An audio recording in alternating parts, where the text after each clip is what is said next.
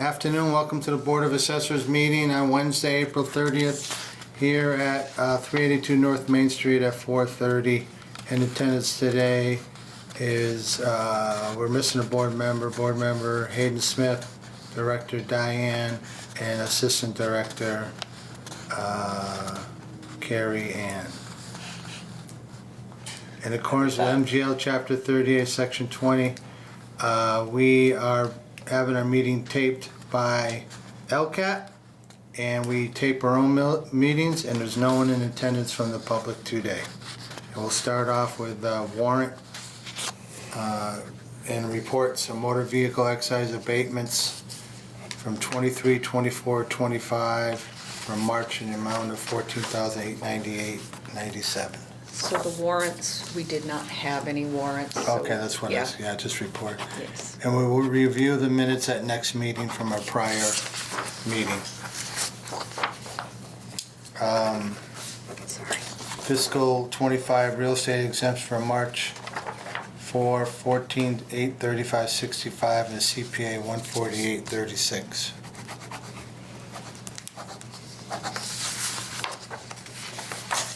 And that fiscal 25 real estate abatement from March in the amount of $6,998.38 with a CPA of 63.81. And we have the LA3 sales report for the month of March. Few more than February, and I don't know that 1.161. That was a cash sale. It's right. It needs some work. Oh, probably a flip or some. And if I'm not mistaken, Yeah, the buyer. When it says LLC, I'm sure. Yeah.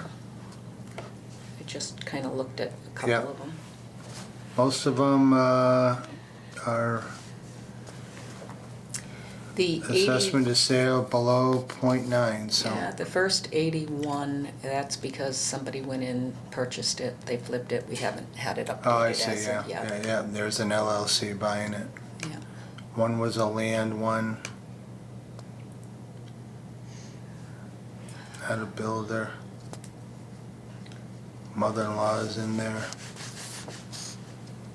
And the last at the bottom, the 1.3, that's Commercial. a condo. Yeah. Commercial condo. Mhm. Okay. We don't have many in town, but they're out there. Mhm. Okay, any questions, Hayden? No. All right, we're good to go on LA3 sales report. Now, building report for the month of March, building permits report. Any new homes, Diane? Oh, sorry. 3 new homes. 3 new homes. We do have quite a few new homes that are being Single built. family, any condos? Yeah, 1 condo. Oh, I was gonna say, we don't, 1 condo. That's new, right? Yep. Mm-hmm. And I don't know where that is. That is the new Oakwood subdivision. That's the name of the street, Scarlet Drive. Off of Parker Street, the old Santinello Oh. property. It's a 13 lot subdivision and then All right, 3 yeah, the additional first one, lots. all right, I did not know that. On Parker Street, okay. Has anyone tried to build an ADU? I haven't heard of it yet, but I Yeah, there's wouldn't like be rumors surprised. about it. I turned down an appraisal today for an ADU. So. I do know in August In West at our Springfield. UMass Summer School, they are gonna have a specialty course on ADU, so I will make sure I attend that. Just for the ADU, because there was a lender had a question. We consider them single families. We do not consider them to be 2-family homes. To the best of my knowledge, I agree with that statement. Yeah. We may be finding something different when the Department of Revenue is going to give us an Right. overview of the direction, but I believe you have to have a single-family home in order to put an additional unit on, so I don't think they'll be calling it Yeah. multi. I don't know if they're gonna have us coded a 109, which is 2 houses Right. on 1 property. Right. But for Fannie Mae, I should say, is calling them a single family with an accessory. There's a spot on the form that says single and with accessory unit. Because a lender wanted to order as a 2-family, which they used to do with 2 properties on one 25 years ago. But for Fannie Mae, they're single family with an accessory unit, as they call it. Okay, that's it for building reports. Building permit report, reimbursement submission for fiscal '25. We have some veteran exemptions. So it's not only veteran exemptions, it is, we have to do 3 different report submissions. So the first one, and you do not need to sign off on it, but just so you are aware, we had 822Ds. I can't read the rest of them, but 39 22Es and 1 para. which is a 22F. What is a 22D?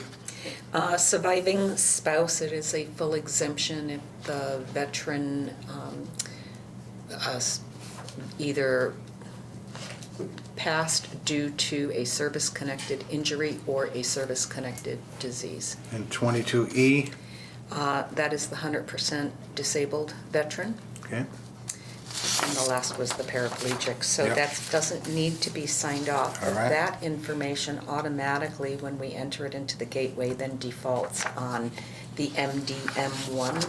And this, I would like your signatures on it. Okay. So So for the exemptions, for all the clauses, it's 179,658 and a penny. and the state will reimburse us 141. 141,000. Is that an exact percentage they give us? Or is it individualized through the classes? So each one, they have a specific dollar Oh, amount. they do, okay, Yes. yeah.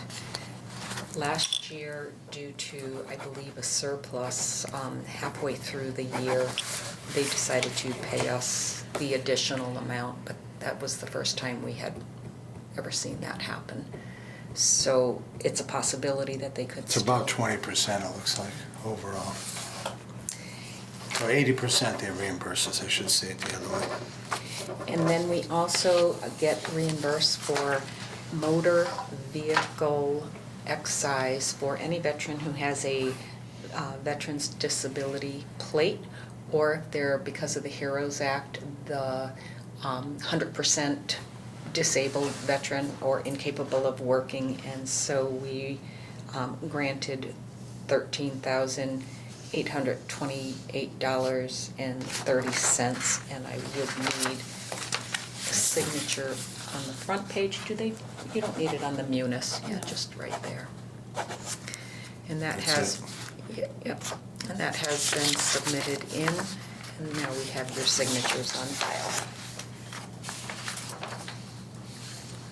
All right, great, now we have a director's update. Okay. Let's see, right now I'm currently working on updating personal property accounts for fiscal '26.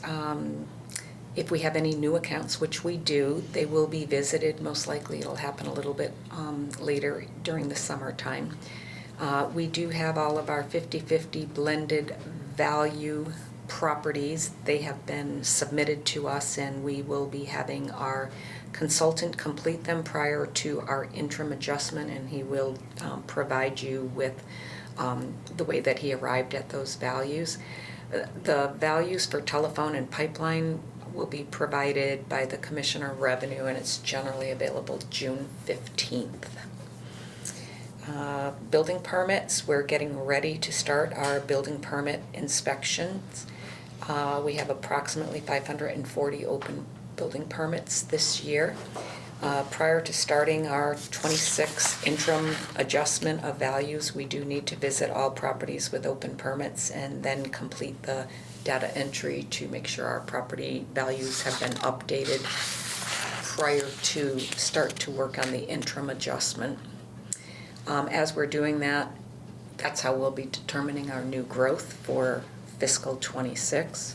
And generally, we try to have our data collector out during the month of June. It could even be at the end of May. We like it as close to June 30th as possible so we can pick up the full amount of new growth. The fiscal '26 income and expense forms were mailed out, and they are due back by May 15th, which is Thursday, and I encourage commercial property owners, if they haven't submitted it, to make sure that they get it submitted as soon as possible. There is a penalty that is added if they do not file, so nobody wants to have to pay any more than what is due. And cyclical inspections, we have completed the inspection part of the program. Oh, we did, wow. Yeah, we are now working on updating all of the property cards. How many did they get in? It's it's hard to tell because Not the full 500 or close to that, right? we're lucky to get into less than 10%. Really, huh?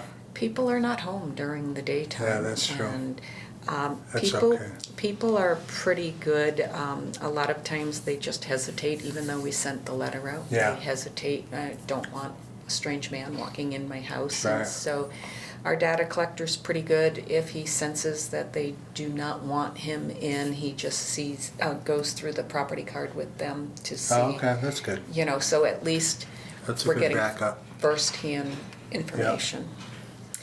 And so Carrie Ann's been working very hard getting it all entered into our CAMA systems. So again, it must all be. Way to go, Carrie Ann.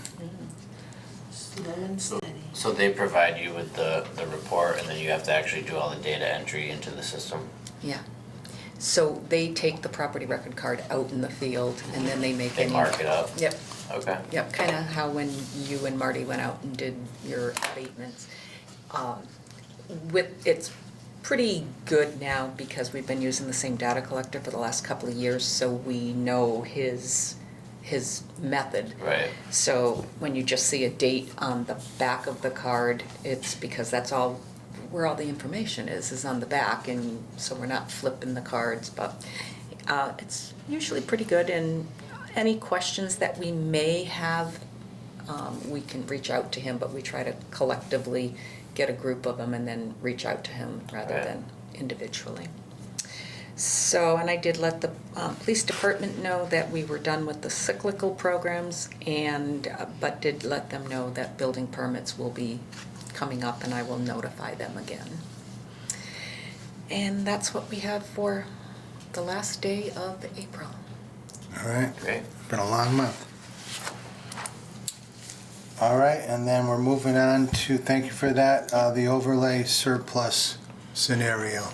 So with our overlay surplus in here, let me pass this on to you. Oh, this one. So each year at tax recap time, we have to look at a 5-year overview of what our overlay account is. And we have to ensure that we have enough money to cover all of the exemptions, such as what we just looked at, and also abatements and the swap program. So with that said, and I do have a copy for each of you, I have to keep a summary, and you will see that the few years that they've been decreasing the amount that they've been having the assessors have any control over.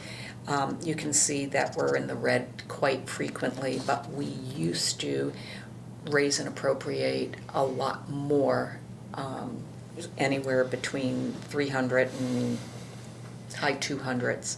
So now that they're minimizing it, but I can tell you that we do have a balance in this account of $1,200,000. That's not including the outstanding tax bills. We have to include that in with the scenario.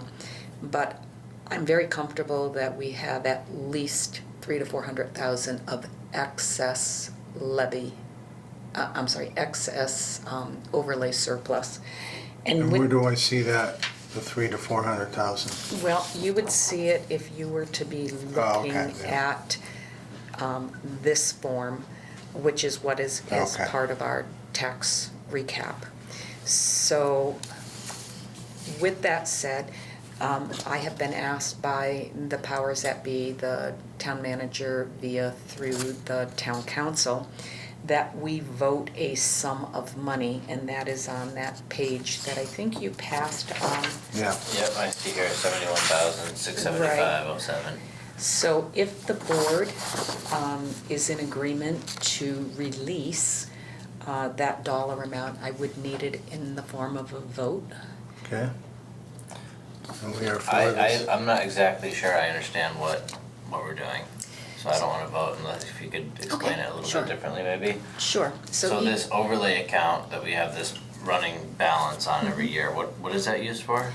That is used for all of the exemptions that we It's used to cover grant. the exemptions. Yeah. It's kinda like, That the state doesn't cover. we set, yeah, so we're saying we have this money set aside for exemptions. It's kinda gonna be based on what we expect Right. the exemptions to be with a little extra contingency just in case. Correct. Right? And abatements that we do And how did it get so provide high? abatement.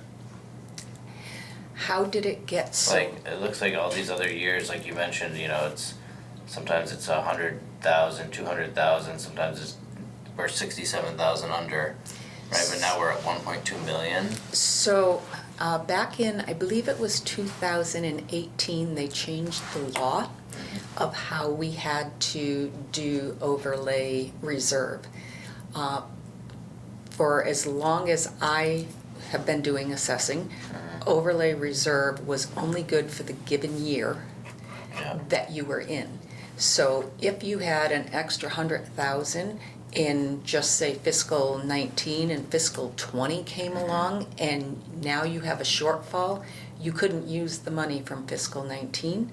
You had to raise the deficit on the next year's recap sheet, which many assessors found very frustrating because if you had additional dollar amount in the individual fiscal year's overlay account, why couldn't you allocate that if you came to a shortfall? So they did change that law, and I can't remember if it was, I believe it was part of the Municipal Modernization Act that they made this change. So that's why we look like we have a large sum of money. So they changed the law back, when did you say, 2018? And then that change allowed that account basically to build in value every year that it wasn't expended? You know, it had the ability to take whatever, each fiscal year had its own bucket that we couldn't use, and now they put all of the excess Oh, so in they would one look back bucket. and So say, we can here's use all the bucket your, when we want. all these years where you had excess. We and couldn't then- and they- use. Okay, And what's the formula to get this exact number of 71,675.07? So this, we're only releasing an exact dollar amount that the town is looking to Okay. use. And that is due to the purchase of this building and Oh, the taxes for it, yeah. and the closing costs. Gotcha.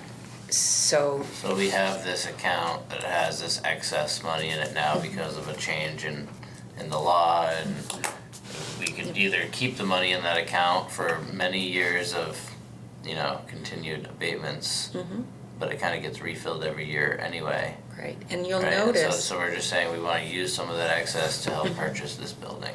Well, not to purchase, this is Or- just for the taxation part of this The building. taxes owed on it. But if you look in the fifth column over, the totals, you will see at the beginning, back from 2004 on, how high the dollar amount was.